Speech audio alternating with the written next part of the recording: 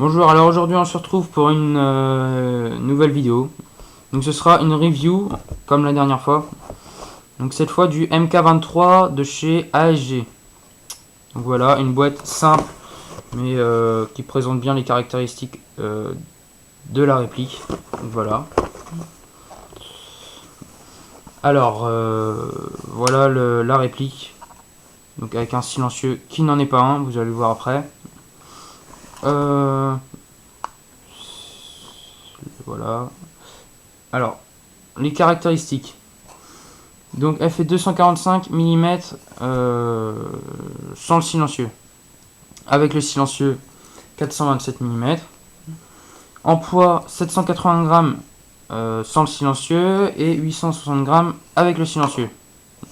Voilà, le silencieux aussi, full ABS. Donc un chargeur de 28 billes. Voilà le chargeur, de bonne qualité, tout en métal, assez lourd. Donc limite plus lourd que la réplique. Voilà. Donc une réplique en ABS en externe. En interne, c'est en zamac et aluminium. Donc voilà. Une réplique avec un ABS d'assez bonne qualité. Hein. Donc niveau trace de moulage, j'en ai vu une seule, juste là quoi. Et là aussi une petite là, mais qui se voit presque pas quoi. Faut vraiment s'approcher de la réplique pour la voir. Quoi. Donc par contre au niveau des marquages, il y a un marquage ici, donc Made in Taiwan. Et sinon c'est des marquages de chez ASG, hein, juste là. Marqué 0,7 joules, mais ça c'est juste un autocollant. On va enlever ça après. Alors, niveau puissance, c'est marqué 0, enfin elle est annoncée à 0,7 joules. Je dirais plutôt aux alentours d'un joule, parce qu'elle tape assez fort quand même. Hein. Donc c'est un avantage et un inconvénient. Donc le double donc c'est un double action. Donc on appuie, clac, clac, clac. Bon là j'ai laissé du gaz dedans, j'aurais pas dû. Donc c'est c'est une réplique non blowback. Donc la culasse ne recharge pas ne recule pas quand on tire. C'est un gaz. Donc voilà, vous pouvez voir la valve derrière. Voilà. Donc moi je conseille comme gaz de l'Ultrair. Donc pour ceux qui n'ont jamais vu la bonbonne, voilà la bonbonne. Maintenant vous saurez. En même temps je conseille aussi de mettre un petit peu d'huile de silicone au niveau du chargement des billes pour les premiers tirs de la réplique.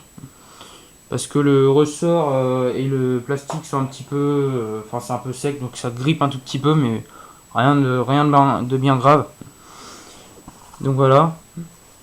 Donc il existe des accessoires pour MK23 comme pour le Tokyo Marui. Mais ces accessoires sont soit durs à trouver ou soit assez chers. Donc moi perso je la trouve déjà très belle comme ça, donc comme accessoire. Moi le seul que je connais pour l'instant c'est la lampe qu'on peut mettre là. Après il y en a, apparemment il y en aura d'autres mais je les connais pas. Donc après à vous de me dire dans les commentaires si vous en connaissez d'autres. Donc c'est un hop-up fixe dessus. Hein. Donc il fait bien son travail, il lève bien la bille comme il le faut. Donc voilà. Pour le prix, on va pas en demander plus. Hein. Donc maintenant je vais passer aux avantages et inconvénients. Alors pour les avantages, donc une portée vraiment correcte. Hein. Donc moi j'ai à peu près 30 mètres assez précis on va dire. Et après 45 mètres la bille commence à bien retomber quoi. Mais 45 mètres c'est vraiment la portée vraiment maximum. Hein. On dépassera pas les 45 mètres. Même 45 mètres c'est déjà assez juste. 40 mètres ça le fait mais on va dire au bout de 35 mètres la bille commence à partir un peu dans tous les sens. Après donc le silencieux qui a un avantage et un inconvénient, donc on va le voir après.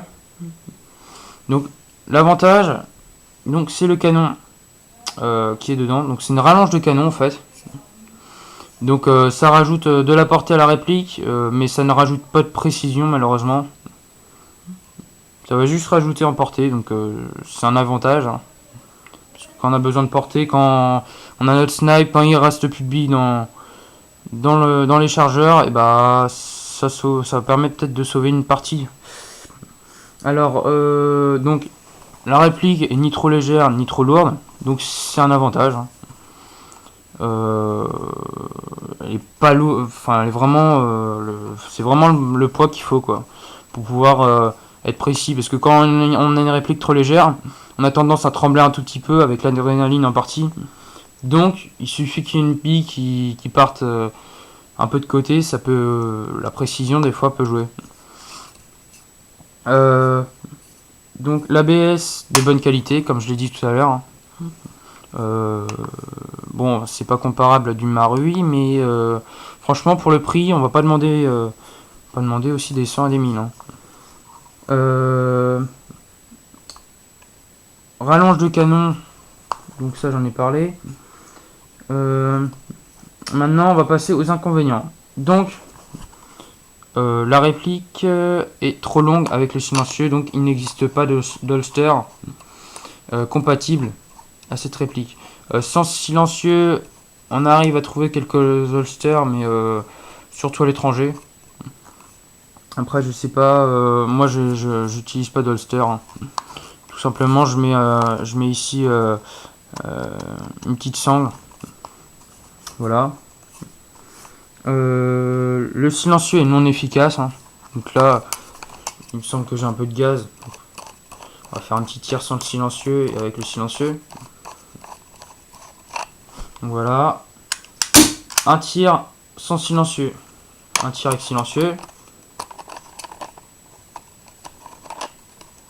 Silencieux assez compliqué à visser au début.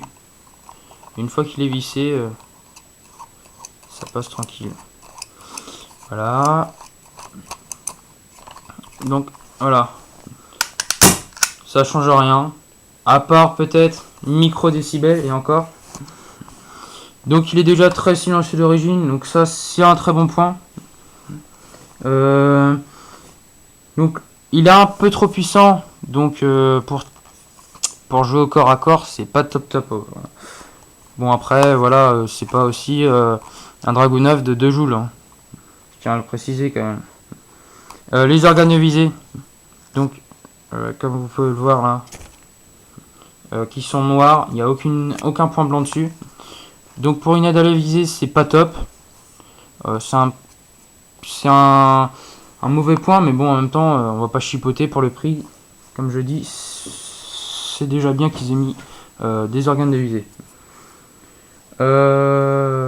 Donc les accessoires qui sont durs à trouver, comme je l'ai dit avant. Donc après, donc moi j'ai juste un point à dire. Voilà, me voilà de retour. Comme à mon habitude, j'ai toujours des problèmes avec ma caméra. Bon, c'est pas trop grave. Donc oui, je disais, donc je conseille cette réplique pour les snipes et les anti-snipes surtout, mais en même temps pour les débutants. Ceux qui n'ont pas envie de mettre 200 € dans un MK23 de chez Tokyo Marui. Je conseille de prendre cette réplique hein, qui est vendue, comme je disais, aux alentours de... sur internet, le moins cher que j'ai vu, c'est 49 €. Donc c'est le STTI au fait. Hein. Pour ceux qui ne savent pas, le STTI, c'est le MK23 repaqué par ASG. Hein. Donc ASG vient juste mettre son petit marquage là, hein, juste pour faire beau, et ils revendent la réplique un peu plus cher. Bon, moi je l'ai acheté en magasin, comme je disais, 62 € avec le gaz, donc c'est vraiment pas cher. Je conseille cette réplique. Hein. Donc voilà, la review va se terminer. Donc à venir, j'en avais déjà parlé je pense dans la dernière vidéo, je suis pas sûr. Donc un petit custom, donc je vais vous présenter surtout avec mon pote son Dragunov customisé, qui qu'il a, enfin avec un custom bien réalisé et qui est bien allégé maintenant.